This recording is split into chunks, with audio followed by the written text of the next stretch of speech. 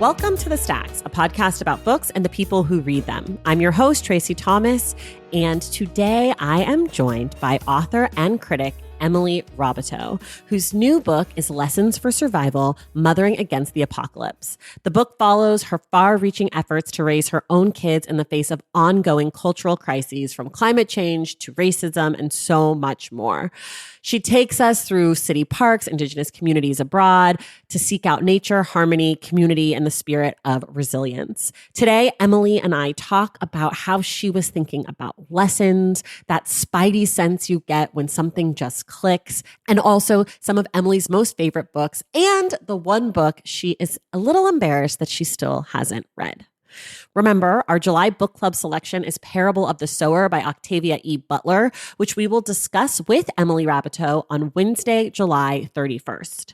Everything we talk about on each episode of The Stacks can be found in the link in the show notes. And listen, if you love this podcast and you want more of it, or you just want to support the work that I am doing, please head to patreon.com/thestacks and join the Stacks Pack. For just $5 a month, you get to be part of the best bookish community that has ever existed. You get access to our Discord, monthly virtual book club meetups, and a bonus episode each month. And you get to know that by joining the Stacks Pack, you make this show possible. You also get shout outs on this very podcast. So here's a special thank you to some of our newest members of the Stacks Pack: Naomi Henderson, Claire Grindiger, Liz MacArthur, Jessica Dower, Anthony Davis, Aaron Silva, Chanda Prescott-Weinstein, and Susan Grove. Also, if you are interested in supporting the show and you want some bonus content, but you don't really want to be part of a community and have to go to a book club, you can go to tracythomas.substack.com and check out my newsletter. It's called Unstacked. It goes directly to your inbox. No socialization required. Thank you to everyone who supports the show, whether it's on Patreon, Substack, or both. I appreciate you, and I really couldn't do it without you. All right, now it's time for my conversation with Emily Raboteau.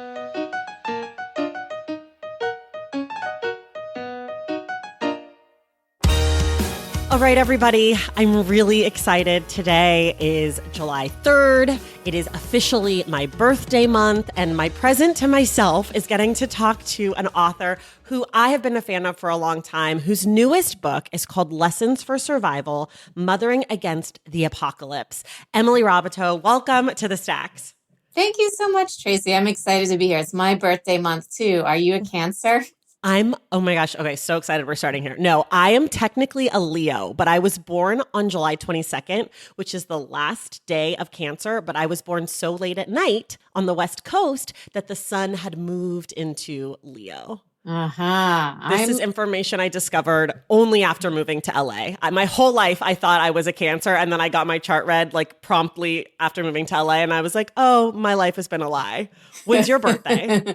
I'm July 11th, and I'm very much a Cancer. I really fit that profile pretty extremely. Yeah. I can see that. I feel like after reading the book, that definitely makes sense to me. I'm like, yeah. That tracks.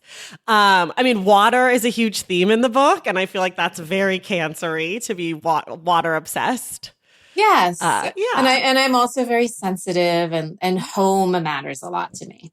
I feel like that all comes through in the book. I don't know. Maybe I should have been able to diagnose you a Cancer, like just from reading the book. There are people who listen to this podcast who are very obsessed with knowing like the sign of an author, or like figuring out the sign of a character in a novel, because they're like, did the author do the right research? Like, is that person really a Gemini or whatever? So I feel like people will be happy to know this, because your book does have Cancer vibes for sure. Yeah. Maybe there's room for like another book podcast that is astrology oriented. Oh my gosh, I could never do it, because I only know I only know the 5 signs that matter to me. Do you know what I mean? Like, it's like my kids, my husband, my brother, my mom, and I'm like, that's all I need to know. Yeah.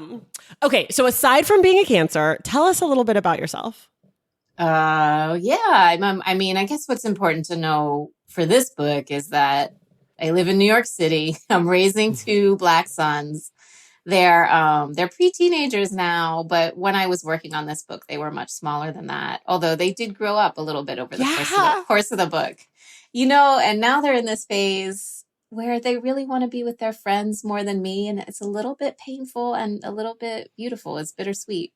One of them just Wow. graduated from elementary school yesterday. Oh my God. Oh, congratulations. Thank I you. have twin 4-year-olds. So reading your book, I was like hoping you were going to give me like just like minor life advice. Like then we changed the diaper, or whatever, like stuff like that. I was like looking for clues. No, man, I don't know. By 4, like my major life advice that I often give to women when they ask for it, and they're Yeah. like new mothers, is sleep train them. Oh, we did that. Oh my Yeah. gosh. My kids were born December 2019. So it was basically me alone with them with no help because of COVID.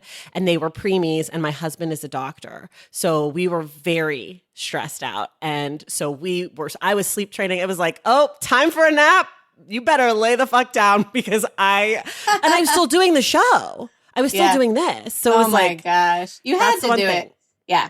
I mean, I'm not sure how many parenting things my husband and I have done right, but that's one thing I feel very, very proud of, is that our Yeah. children sleep, and they sleep well. They're pre-teenagers, like I said, but they go to bed at 8.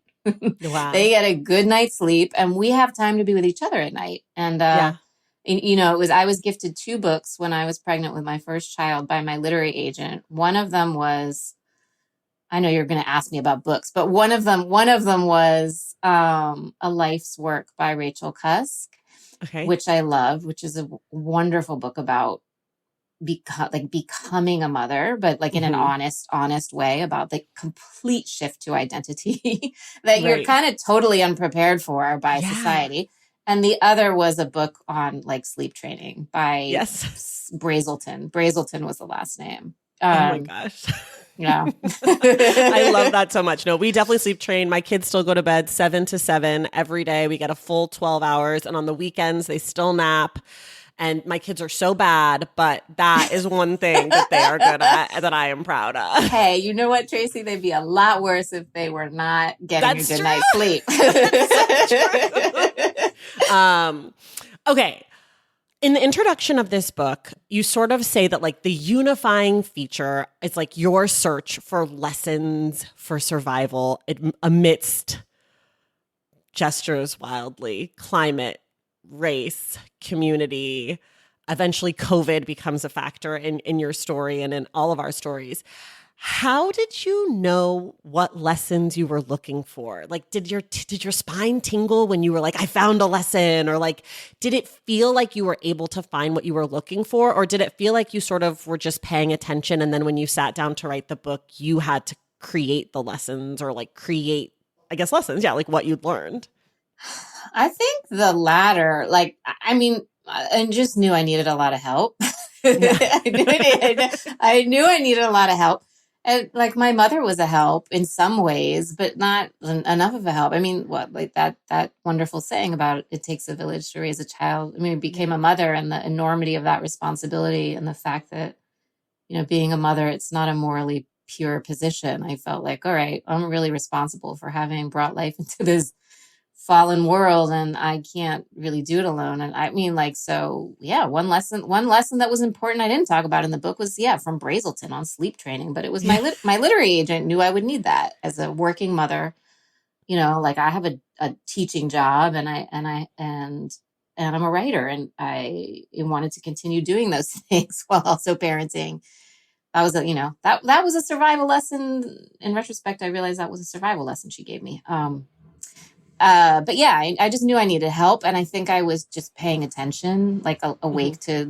awake to my own need for lessons during parenting kids during an era of intersecting crises, and I knew especially probably that I needed them from other women, and Yeah. so yeah, what you were asking? Did my spine tingle when I got them? I mean, sometimes I just felt a sense of like extreme appreciation, and then sometimes they came from unexpected places, like public art on the streets of New Right. York City. And did I get a spidey sense, like a tingly spine? Yeah, I think I did. I sometimes felt like, yeah, the universe is looking out for me a little bit in my need, and my humility. I think being humble enough to understand I needed help, like, allowed me to see it and appreciate it when it showed up, even from unexpected sources. Did you know you would always put a book together around this, or did this idea come to you of like writing, about, because I mean, this book is about like being a parent, but it's also sort of just like, how do we live in this world? Like, even if you're not a parent, the mothering idea could really be like, how do we mother ourselves or each other or our space, our home, our community? And so I'm wondering if has been something that you've always sort of been interested in and wanting to write towards, or if something happened that made you say, you know what, I should really put this in a book. I think I think like an essayist.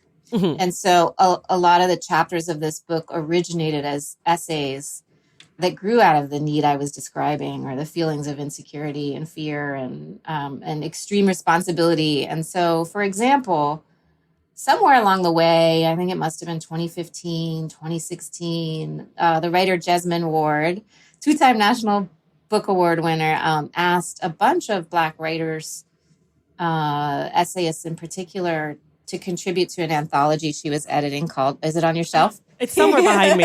I was like, I have it somewhere. Oh, look. It's maroon. Yeah, it's kind of maroon. It should be in your Right maroon section. Yeah. So yes, for listeners, Tracy's bookshelves are beautifully color coded. Yeah. So she asked a bunch of writers that she kind of was close with on Twitter to contribute to an anthology called The Fire Next Time. No, The Fire This Time. Fire this time. Yeah, The Fire This Time, inspired by, of course, by James Baldwin's The Fire Next Time. And this was in the era of extreme, it felt like, although I don't know if it was any more extreme, but suddenly it was more a part of the ether because people were using cell phone technology to document it, like just Black Death. Mm-hmm. And she wanted to, and it was a wonderful invitation, and I felt a lot of pressure. Like, what am I going to say? I think my kids were 3 and 5 years old at that point. My husband and I have been kind of talking to them about, like, when is it appropriate? Maybe they were even younger, 2 and 4. When is it appropriate to give them the talk about white supremacy and what it will mean for them walking through this land and the bodies that they have? And of course, they were too young at the time for the talk, but we were very fearful for them. And I liked the idea of writing them a letter, like James Baldwin wrote to his nephew, who had his name, James. But I didn't quite know what language to use for like a 2 and a 4-year-old, or how to calibrate it to the children they might become who they weren't yet. And so this is one of those examples where I needed help. I had this assignment. I wasn't sure how to execute it. I think I emailed Roxane Gay, who was also supposed to turn in an essay. The deadline was in 4 days or something like this. And I was like, Roxane, how are you handling this assignment? She was like, I don't know what to do either. And then I came across a mural in our neighborhood. We were living in Washington Heights at the time. And this was a mural. It said, "Know Your Rights." And it was dedicated to people in that neighborhood where police brutality is an issue. And it arrested me. I got that like spine tingly spidey sense feeling like, oh, I was looking for some kind of language or some kind of way in. And this mural is actually speaking to the people who live here, including me, about what our rights are and how to protect ourselves from the police. And it was a beautiful mural. The colors that it used were just really bright. They popped on the street, and that mural is gone now, but I photographed it with my phone. And then I did some internet sleuthing and learned it was part of a series of murals.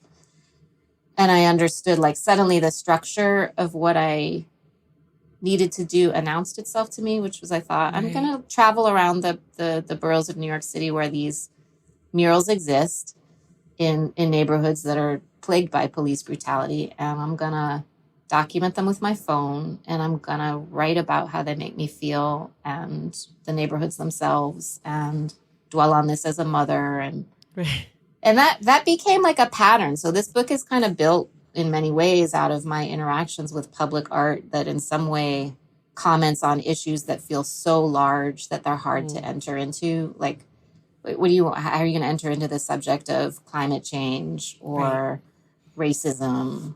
And I found when I started paying attention, well, these are kind of like doors or windows to pass through that are just in my surround, like such gifts, Right. So interesting you say, how are you going to enter into this? Because one of the things that I feel like your book made extremely clear to me is like, I don't have to enter. We're actually already in this. Like, there is no opting in to a lot of what your book is about. Like, even if you don't feel like it's about you, or like you don't feel like, you know, you have a section on water in Israel and Palestine. And like, I think a lot of people could say, maybe not now because of recent news, but I think a lot of people could say, like, this doesn't have anything to do with me. But like, you do not give us an opportunity to opt out. Like, we are opted in. The planet has not given us an opportunity to opt out. And I think was what was so like connective about your book, is like, I was like, she's talking to me, like, this is about me. And I really appreciated that. But on the flip side of that, I also was like, she's not giving me any answers.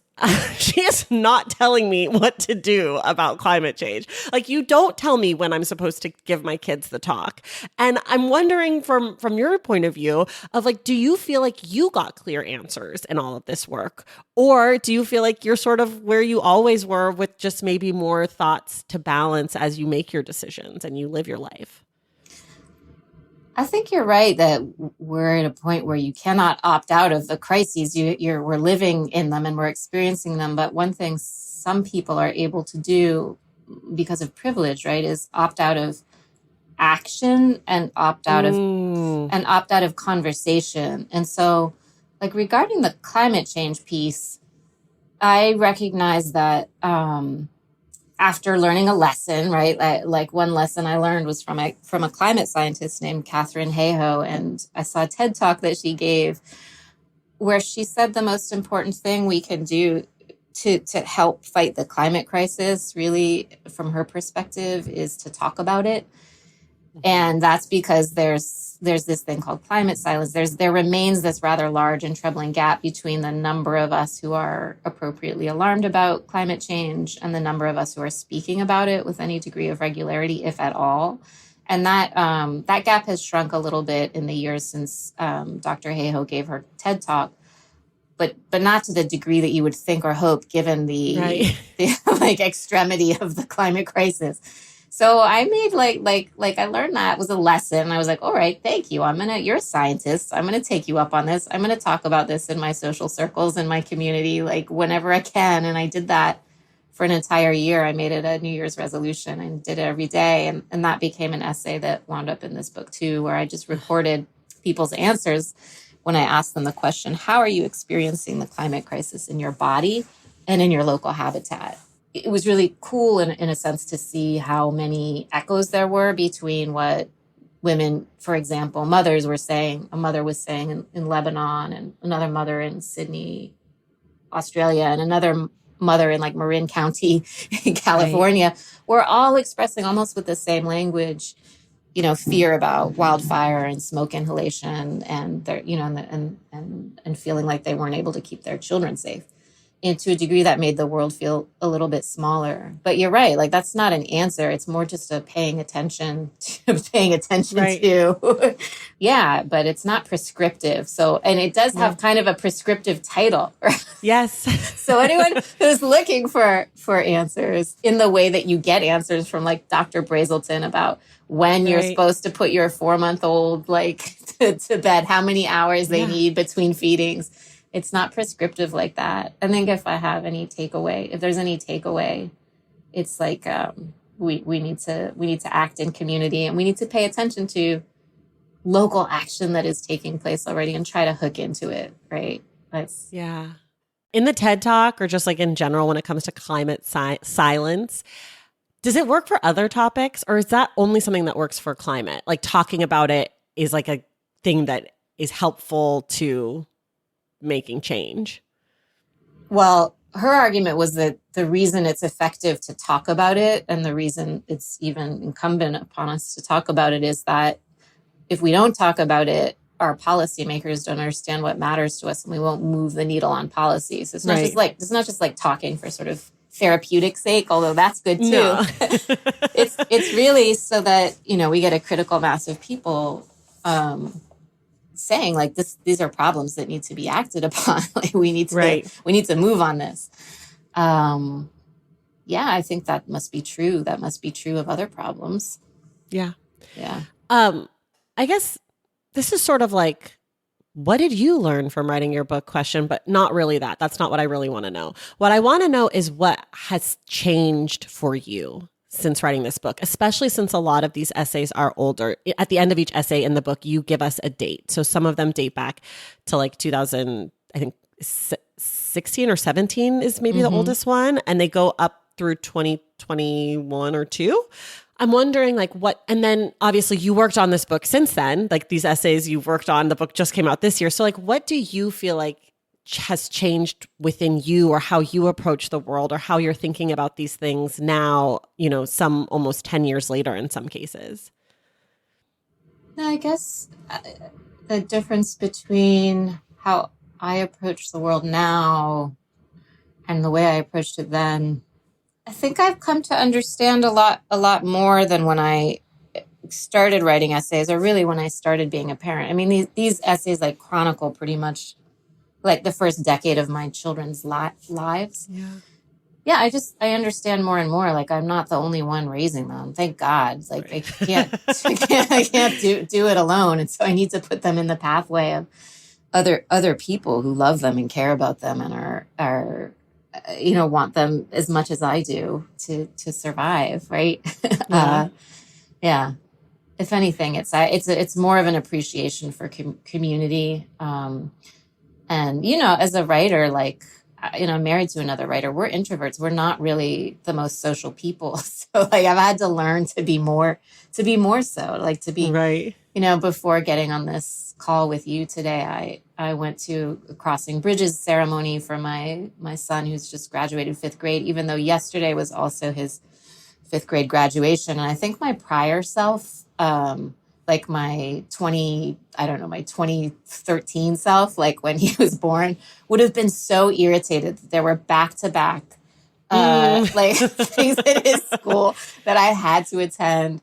And so it's not to say I'm like that irritation is gone. It's still like time I didn't spend writing, right? But Right. by now I've come actually to like love the other parents in this school community.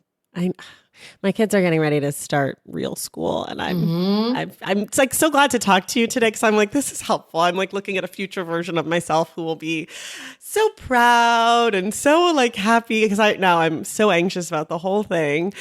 I want to ask, so for folks who don't know, it's been announced, but in case you missed it, for book club, you and I are going to read Octavia Butler's Parable of the Sower, which starts in July 2024, which coincidentally, folks, is right the fuck now. Originally, you and I were just going to do one episode and we were going to talk about your book. And I started reading your book and I said, gosh, I really want to do Parable of the Sower. And I feel like Emily would be such a good person to do this book with. And of course, part of the reason is because one of your epigraphs comes from Octavia Butler. And I'm just going to read it really quick for folks. It says, live, hold out, survive. I don't know whether good times are coming back again, but I know that won't matter if we don't survive these times. And I'm wondering, A, why did you choose that for one of your epigraphs? And B, what is your relationship to Octavia Butler and the Parable of the Sower, if anything? I think it's a really, really important book, and one that I think high school students should read. Yeah, Parable of the Sower. We'll talk more about it in another episode. But yeah, it takes place right now. But she published it, I believe, in the 90s. Like she wrote it in the late 80s, early 90s. Right. And she just was really prescient. Like she really foresaw a lot by just paying a keen attention to the politics and the economics and the ecology of what was happening in her time. She really foresaw where we'd be now. So she foresaw, like a political leader who would want to make America great again. And she foresaw these wildfires, and she foresaw the kind of drug addiction where like she foresaw a lot of the crises that are explored in that book, which takes place now. She understood were coming before I think anybody else really understood they were coming, to the degree that it gives you that spine tingly feeling, like, what does she know? For sure. Yeah, but she's a really special writer. I teach that book at the City College of New York in Harlem, where I'm a professor of creative writing, and I now teach a climate writing class, and that's like the novel that I teach. I teach mostly nonfiction, well, some other genres, but that's the fiction that we teach, and in some ways, it feels like nonfiction. Yeah. Speaking of climate writing, I was reading in your acknowledgement some of the people that you acknowledged, and you mentioned some like writing groups that are writers writing around climate. And I thought that was really interesting. Can you talk a little bit about maybe how you got connected with those folks and why that's important, or what that group provides for you? Yeah. Well, first, actually, right before the pandemic, in the months leading up to the pandemic, I was in a Extinction Rebellion group, and we were like a neighborhood group. For listeners who don't know, Extinction Rebellion is like a kind of it's meant to be a kind of worldwide rebellion against the climate crisis, and it encourages people to form in neighborhood, what they're called neighborhood groups, um, with people in your community with whom you share whatever allegiances. And so this was a group of writers. It was started by Jenny Awful. Hmm. There were a bunch of us in that group. And anyway, it was like a New York City Writers Rebel group. But there was another one in London, like another writers group. And we had all these actions we were beginning to plan. And then COVID hit. Yeah. But even after COVID hit, one of the few actions we were able to maintain, we did do like a climate reads through the Brooklyn Public Library. We did like a climate reads group, a reading group, and we met online. And the first book that we talked about was Parable of the Sower by Octavia Butler. So it kind of, in some ways, sort of fizzled in terms of actions beyond that. But I'm now in a group of other writers who write along environmental themes and are wrestling with the climate crisis on the page and also in life. And we just meet and we read we really read books, and once in a while we'll read each other's work and offer feedback too. But it's more of a reading group. I love that. Yeah. Okay, we're going to take a quick break and then we'll be right back. Valentine's Day is upon us, and I've got love on the brain. Love for books, duh, of course. Hello. Did you forget what podcast you're listening to? I love bringing you all great reads, exclusive author interviews, and behind the scenes book gossip. But I can only do that with your support over on Patreon and Substack. Our Stacks Patreon community, also known as the Stacks Pack, is where you can go for book club meetups, a private, very active Discord, and a year-long mega reading challenge to help you achieve all your reading goals. Plus, you also get that monthly bonus episode. Now, over on the Substack, you can subscribe to my newsletter, Unstacked, where I keep the book conversations going. I also give you a healthy dose of sports and pop culture, definitely some hot takes happening over there. And again, that bonus episode. If you don't have a few dollars to spare, don't worry. There are free options on the Substack and the Patreon to get you a little extra Stacks magic. Making this podcast is a total team effort, and by supporting my Patreon and my Substack, you allow me to support my amazing team that makes the show possible every single week. So if you or your friends are looking to meet other book lovers and support this indie podcast, come hang out with me on Patreon, Substack, or both. I would love to have you. And since we're talking about love, you can gift subscriptions to the Patreon and the Substack for that special reader in your life. For the Stacks Pack, head to patreon.com/thestacks. And for the newsletter, head to tracythomas.substack.com. And also, there are links to both in the show notes. Okay, see you in the Stacks. Okay, we are back. So I didn't prep you for this, but we do this segment on the show called Ask the Stacks, where someone's written in, they're asking for a book recommendation. So I'll read to you what they're asking for, and then we will give them a recommendation. I'll give like 3. You can give anywhere between 1 and 3.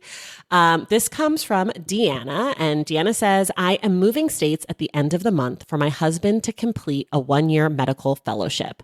And while I'm excited for an adventure, I am also sad to leave and a little apprehensive about what comes next. What would you recommend for this transition period? I am open to any genre, any format, any age level. Anything is on the table. Books in the theme of transition or something completely unrelated are also welcome. I have a plan to get out of the house and meet people in my new city/state, but I know I'll have a lot more time at home and I want to have a queue of books ready for that moment.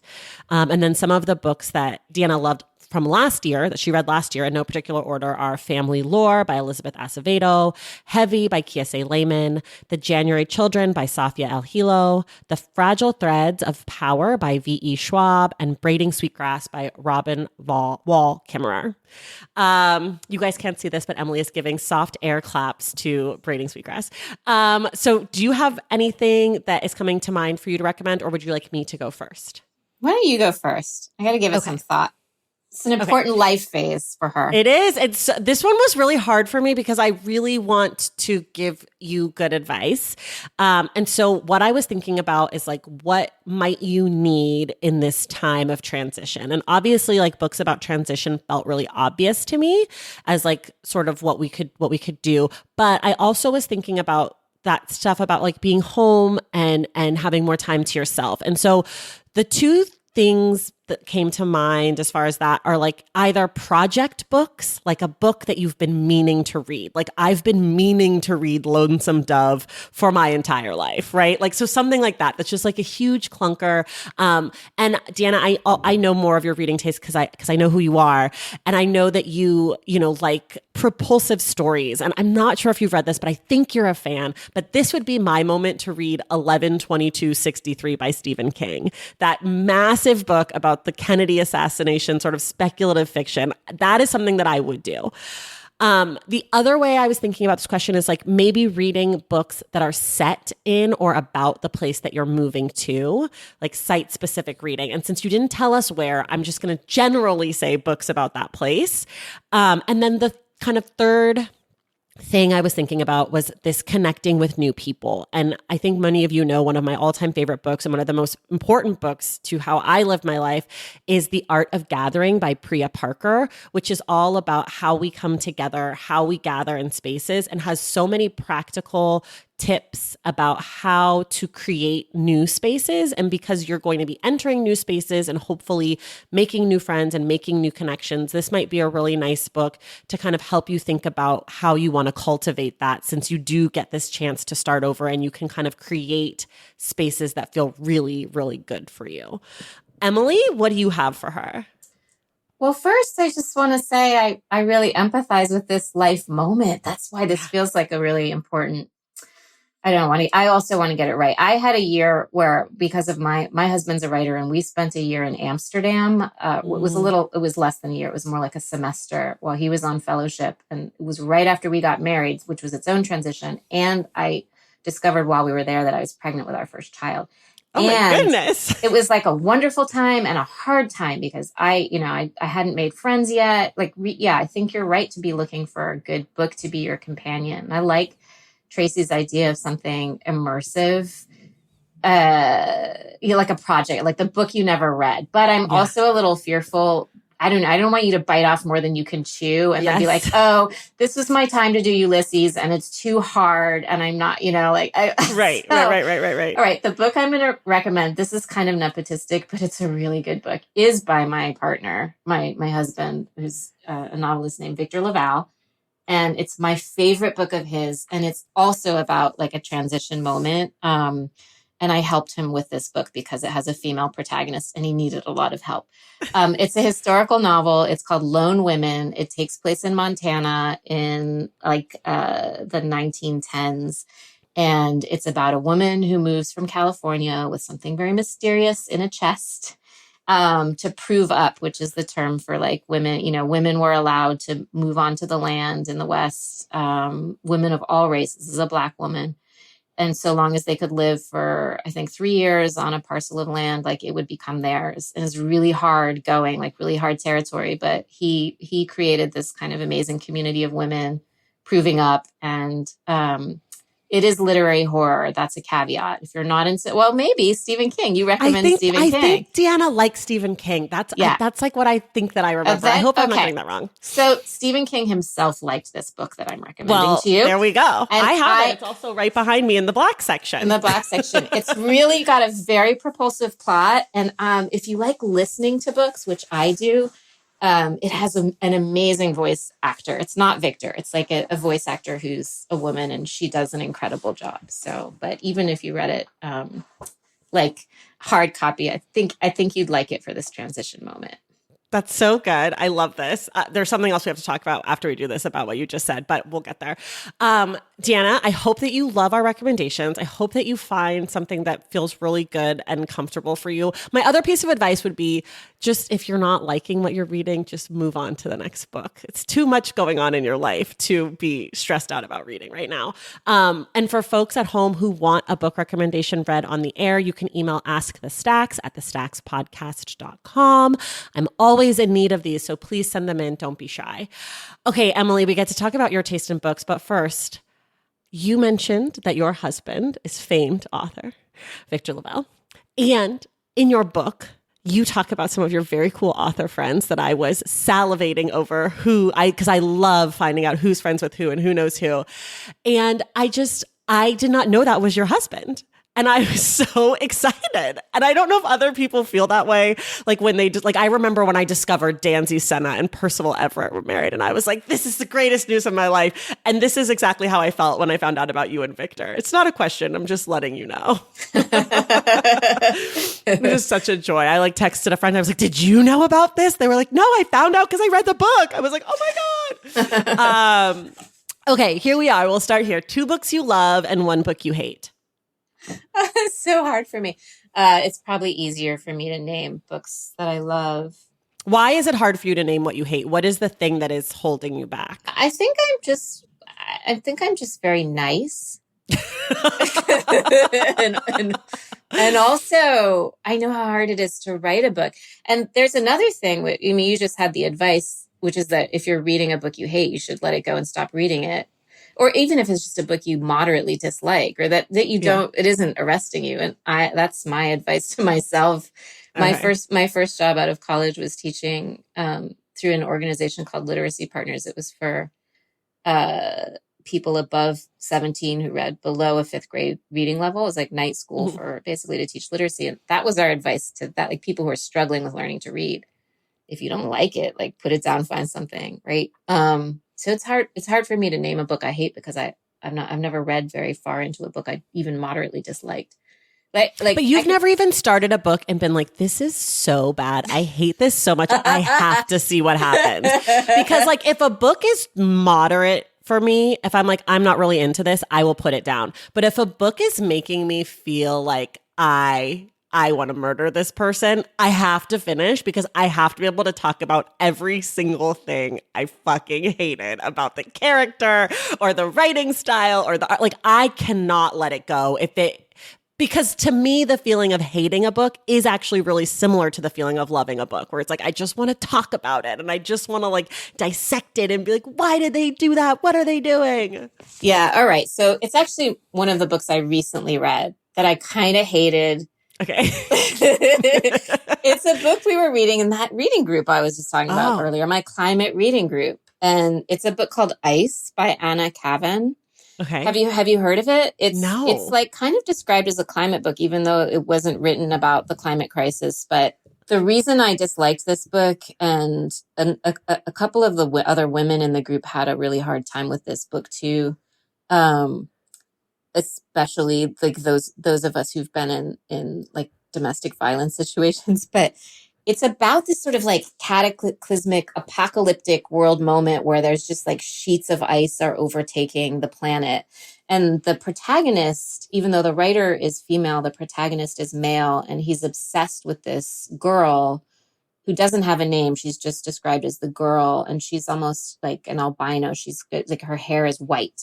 Is very, and he's sexually obsessed with her, but in a violent way. And he kind of just follows her all over, trying to capture her, to quote unquote save her. But then he also has these kind of violent impulses. He's a little bit rapey, and I just got these vibes right away that I felt the protagonist was sick. I forgot to mention that the author struggled with heroin addiction. So some readers have claimed that this obsessive quality of the narrator, in regards to the girl, is akin to the feeling of an addict, like trying to get their fix, and that the girl, even the description of ice, which is kind of like a code word for that drug, like, right.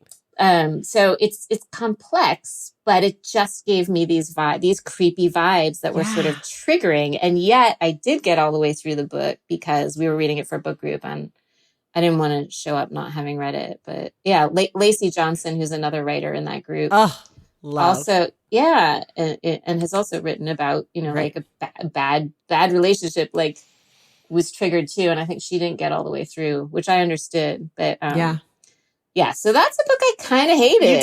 You did it. Okay, now let's talk about books you love. You're off the hook. That's the hardest one for you, I think. So I think you'll be fine from here on out. All right. I'll talk about a book I recently read because it was recommended to me by a writer I really love named Mary Anais Heglar, who has her own book out right now. But this is a book which I can talk about too. But she recommended a book to me. We were in a bookstore together, and I love this moment because it was a bookstore that I love called Word Up Community Bookshop, which is in Washington Heights. And the book was just on display. And she was like, that book is amazing. It's a book of interconnected short stories, sort of marketed as a novel. It's called Behind You is the Sea by Susan Muadi Daraj. And it's about a community of Palestinian immigrants in Baltimore.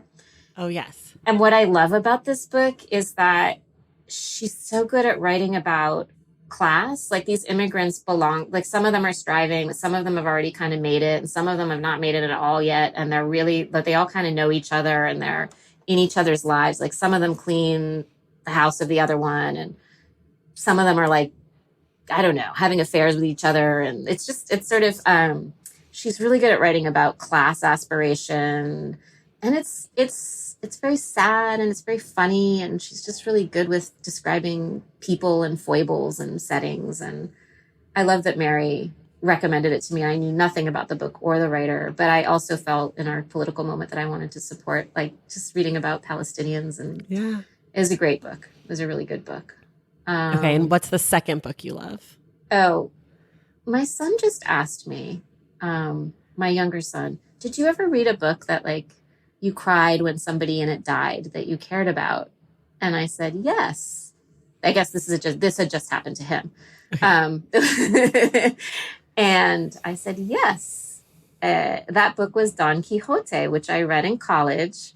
That's one of those if it hadn't been assigned that book in college, it would have been one of those project books, like, right? It's hard to get through perhaps on your own. But, and then my son asked, well, why did you cry? And I said, because Don Quixote, like, he's got the best imagination ever. You're inside his dream world, and you've gone on all these adventures with him. And then he grows old and dies. And it's like losing an uncle that you love, who's sort of crazy, but you just want to spend time with him because he believes in the best of possibilities. And he's like, he's still like a child, even though he's a man. And, so when he dies, it's like a little bit of loss of innocence or beauty or belief in magic in the world. What was the book that made your son cry? Do you know? He just read a book called Sunshine that was gifted to me by a student who was this last spring semester, who has a child who's slightly older. It's a graphic novel, and it's about a summer camp where all of the kids who go to the camp, I think, are terminally ill or ill kids. And so one of the main characters you think has gotten better, as my son explained, or has had cancer, and then the cancer comes back. And by the end of the book, that character dies. And so my son hadn't seen it coming and was very invested in that character and cried. Yeah. We've all been there. Tell your son he's not alone. We've all been there. Had the sad dying character thing. What kind of reader are you? How often do you read? What is your reading life like? Where do you like to do it? Do you like to have snacks and beverages? Talk to us about just Emily Reads. I like reading in public libraries. They have always been my third space, like my happy space since childhood. And I write in public libraries as well. even though in New York they can sometimes be dramatic spaces because a lot of people use them for social services and maybe are unsheltered presently, but that's a place where they can go and take a nap usually if the librarians aren't or the guards are being assholes. But, so it's not always, I mean to say it's not always a quiet space, but so I bring earplugs to make it a quiet space. And I like it because it's not my house, where I tend to, for me, reading feels like a luxury and something I have to almost schedule because if I'm in my house, which is usually in some state, I'm sure yours is too, you have 4-year-old twins, some state of like just chaos. Yeah. I get too distracted by the things that need cleaning or straightening or ordering or thinking about, it's hard for me to concentrate, in other words, to lose myself in the beauty of a book. I kind of need to be in a space that's devoted to that. And for me, that's a library. So we live in the Bronx now in a neighborhood called Kingsbridge. And so I go to the Kingsbridge Public Library and I sit at a long table with other people and I either bring a book from home or I get a book there. I put books on reserve there. I know the librarians. It's like a very happy space for me. And I try to read for at least a half hour a day. I also listen to books. I love that began for me when I was nursing my babies and it was hard to hold a book and an infant against my body at the same time. And I have continued the practice because I could do it while I'm commuting on the subway or doing the dishes. But it has to be, I don't know for you, Tracy, or for your listeners, but for me, it has to be a book whose diction isn't very high. Like, if it's, conversational reader. Yeah. Not too performative. Yeah. It has to be not too performative. Otherwise, I might get lost or think I've missed something. And so, can you do fiction and nonfiction on audio, or is there one kind that you prefer?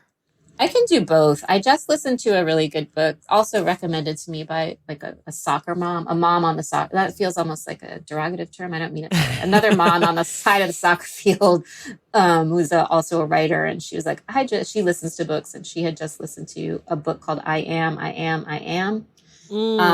By Maggie. Which Maggie? Oh, she's one of those British Maggies. Who's one of the Maggies. I know it's like green and has like a feather on the cover. I know exactly what you're talking about. Wait, look it up. It's not Maggie Shipstead. It's Maggie. It's not Maggie O'Farrell. Oh, it is Maggie O'Farrell. It is Maggie O'Farrell. I feel like she won the Women's Prize or another big prize for a novel of hers. But this is a book of essays, and it's called 17 Brushes with Death or something like that. It's like 17 essays about almost dying. And it's amazing. She's amazing. She's British. I mean, she's really smart. But the diction was just right. And I also like listening to novels. Yeah. Do you listen at 1.0 speed, or are you a speeder upper? No, I'm not a speeder upper. I think that I'd have a hard time processing it. Do you speed it up? Oh, I go so fast. You do? Interesting. 1.5 is my base. If it's slower, it's so rare that I go slower than 1.5. I also talk fast. Yeah, and you're a professional reader. Like, you're consuming this is your career. Yeah. So I imagine you just got to get through them. Well, for what actually ended up happening for me, why I started speeding it up, is I didn't know you could, first of all. For like the first year and a half, I was listening to audiobooks, and I was complaining to my friend, and I was like, I'm listening to Becoming by Michelle Obama, but it's so long, and it's so slow. And he was like, oh, speed it up. And I was like, I did not know this was possible. And then I sped it up, and I was like, oh, I actually can retain the information better because I'm not zoning out between every word.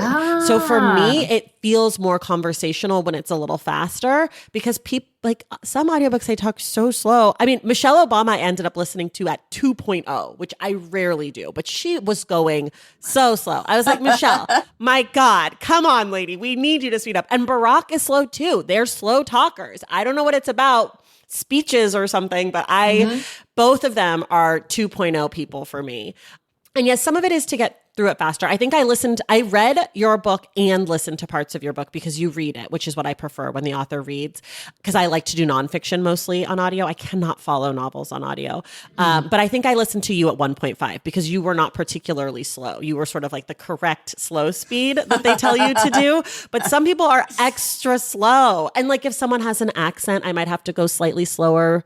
Like, I was listening to Say Nothing by Patrick Raddenkeefe, and that author or that reader is Irish because the book takes place in Northern Ireland. So I was having to slow that down. And so it's really more just like, where does it feel right in my brain?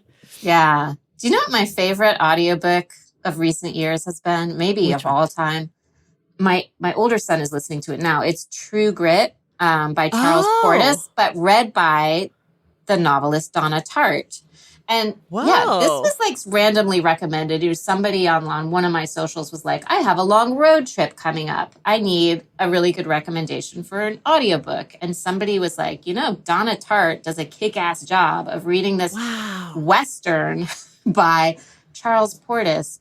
Is it a Western? It is a like, Western. it's a I think it's a Western. Western. And so she's from Arkansas, and this like narrator of the book is like a 13-year-old girl or something. Right. And I've seen the movie, but I've never read the book. she does this amazing job with, I mean, she's like but she gets the accent, and I think she just gets it. And anyway, she has said that she read that book at the age of 10 and loved it. And so she asked if she could. She asked if she could be the voice actor for that book. My God, which I is so love weird. That. And I listened to it in the COVID hotel I wrote about in the book. I was in a COVID hotel with my younger son in New York. They were like offering this to New Yorkers because we live so tightly packed. And so people were just dying in extreme numbers. And so it made sense to offer people just to like decrease the density. If you got COVID and you didn't want to get your family sick or your roommate sick, they would put you up in a hotel near the airport. And we did that. And while I was there, I listened to Donna Tartt reading. I didn't speed it up. I just listened to her reading it at her speed, but it was great. It was the opposite of being in a COVID hotel in New York City. Was like Donna Tartt reading a Western. I felt so transported by it. Okay, now a friend of mine has been telling me I should read it, even though I'm like, I'm not going to like that. But now I'm like, well, maybe I'll try listening to it on audio. I'll try. We'll see. Mm-hmm. What's the worst that happens? I put it down. What are you reading right now? I'm reading The Garden Against Time by Olivia Lang. I was given, so I've become a gardener in my middle age, and I really like gardening books. And this is a gardening book, but it's also about history and colonialism. Olivia Lang is a British writer who I really love. She has a book of essays about loneliness, being lonely in New York City. Then this one is about gardening. It's about her garden, but she's also kind of exploring and excavating the British garden and like landscape and all of the blood money that's gone into the gardens of extremely wealthy estates in Great Britain. And so it's really smart and also transporting in its own way, because it's about flowers and beauty, but also about hard things too. Do you have any genres of books that you like don't particularly care for, you don't like to read? Yeah, I mean, ironically, given that I'm married to a literary horror writer, I don't really like horror as a genre. I'm too scared. I'm too scared to read it. For me, I also, this has to do with horror movies too. Like he likes to watch them, and oh no, I just find them typically too formulaic to be scary, and they have an appeal for him, but for me, it's a genre that doesn't move me. And it's interesting to see, like, our older son is now getting into Stephen King, and his sixth grade teacher last year wrote to us and was like, is it okay that he's reading it? It's like the literature class. Do you know who my dad is? I think he was just proud to have a book. That book is something like 1,000 pages long. Right. And he was just really proud to have a book that thick. Right. But yeah, we were like, it's fine. He can read that book. It's fine. Do your kids have any interest in reading your books? Either of your books? Not yet. I hope maybe they will. They know that we have them. They've seen, like I showed them, this book is dedicated to my two kids, and they were touched by that. But I don't think I think it's, the diction is too high for them at this point. Yeah. With our books, but I expect that someday they'll probably well, they sound like them. They're readers, so I feel like that is always helpful. I feel like sometimes authors have kids, I guess, maybe who don't read, but it sounds like your kids are into reading, both of them. Yeah, they're into reading. Yeah. Did you do that on purpose, or did it just happen because you all read and are writing? I think it's just a house with a lot of books. And like I said, libraries are my happy space. So every Saturday since they were, littler than yours, I've been taking them to the public library. That's the ritual. We have a rule. You can't leave the house without a book. So if we're on the subway or even just waiting for meals to arrive at a restaurant, like they're reading books. Okay, I like that. My kids are book people as well. I think just because they see me reading all the time, and so like they always have, and because I work from home, and because the first whole year of their life was basically complete lockdown, I was reading constantly just in front of them and around them. But they love their books. And now they're into my books. They'll like open my books and be like, Mommy, there's a doggy doing, like they'll like make up a story. They'll be like, the doggy went to the store. And I'm like, that's a book about climate change, but okay, go off. They're like, where are all the pictures? I'm like, I know it's not great around here. Though your book has pictures. My kids would probably like your book. Do you have a favorite bookstore? I know you mentioned Word Up just before. Yeah, that one I do really love because it was our local bookstore.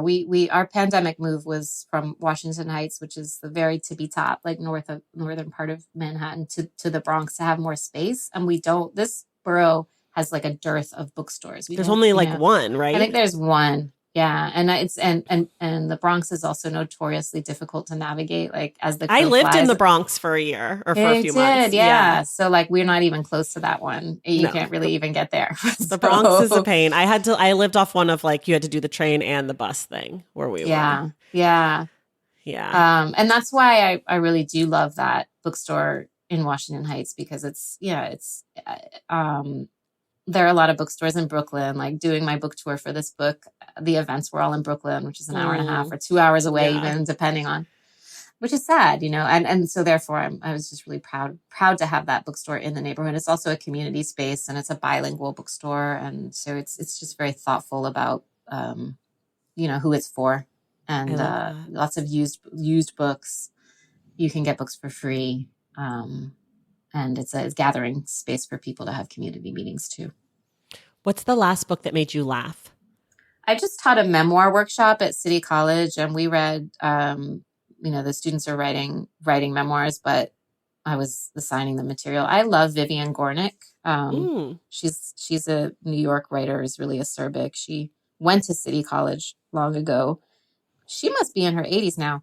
She's just funny. She's got this like salty kind of like, she's salty and a little bit crabby and it just makes really keen observations. And so she's got a book I love called The Odd Woman in the City, which I assigned in that class. And that book I've read it a few times and it makes me laugh every time. Last book that made you angry? I reviewed Camille Dungy's book Soil for the New York Review of Books. And that book, it's a wonderful book. It's another book about gardening and also about history. And the part of it that makes me angry are the parts where she's expressing anger.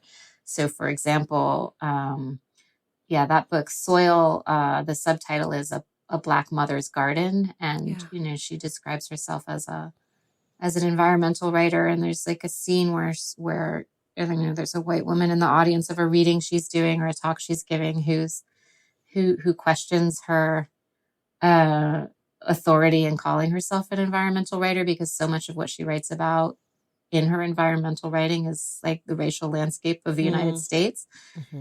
And that made me really angry, and then she goes into it and why that made her angry and why it made her father angry and just about the attachment of Black people to the land and how the idea of gardening, like for pleasure, when for so much of history it was about toiling the land to grow things to make their masters rich. It just she gets into it in ways that make you angry. And what is a book that you are embarrassed that you've never read? I am embarrassed that I never read Ulysses, which I almost was going to recommend as the project book. I've never read it either, but I don't want to read it. You don't? I'm not curious about it at all.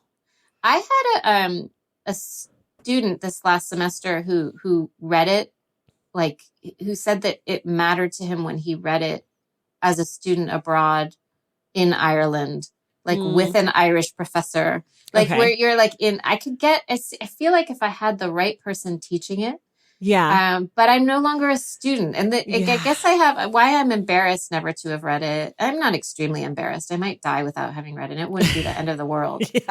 But it's just like there's certain books that seem to matter to the culture that I feel like I just won't get through without help.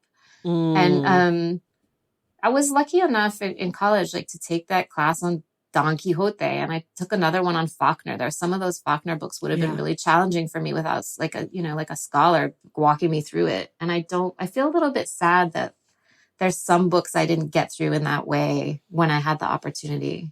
Yeah, I feel that.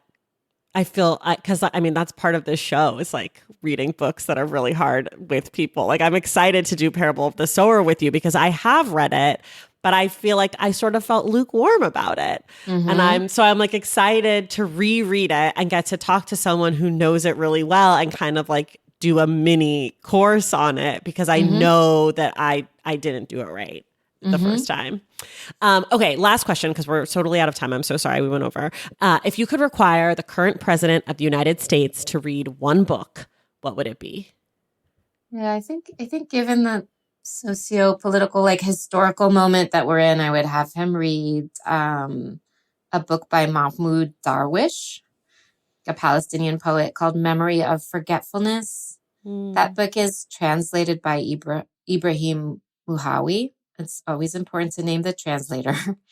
It's a prose poem memoir about the Israeli siege of Beirut in 1982, but it also, it asks, what is the role of the poet in wartime? And it's also about memory. It's a beautiful and very sad book that is perennial. I love this recommendation. Okay, folks, we're done for now.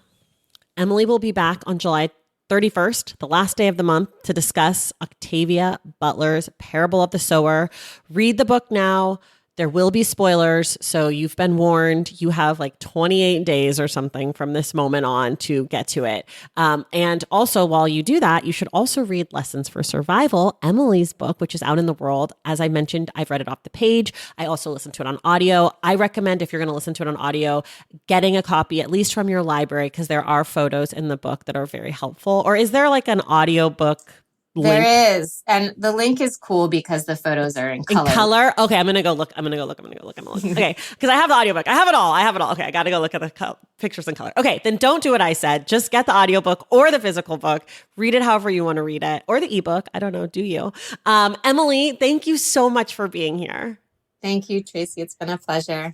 And everyone else, we will see you in the stacks.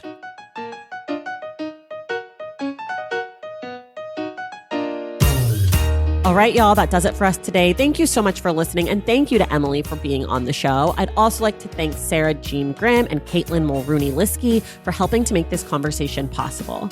Remember, Emily will be back on July 31st for the Stacks Book Club discussion of Parable of the Sower by Octavia E. Butler. If you love this show and you want inside access to it, head over to patreon.com/thestacks to join the Stacks Pack. And you can check out my Substack at tracythomas.substack.com. Make sure you're subscribed to The Stacks wherever you listen to your podcasts. And if you're listening through Apple Podcasts or Spotify, please be sure to leave a rating and a review. For more from The Stacks, you can follow us on social media at The Stacks Pod on Instagram, Threads, and TikTok, and at The Stacks Pod _ on Twitter. And you can check out our website, thestackspodcast.com. This episode of The Stacks was edited by Christian Duenas with production assistance from Lauren Tyree. Our graphic designer is Robin McCrite, and our theme music is from Tigirigis. The Stacks is created and produced by me, Tracy Thomas.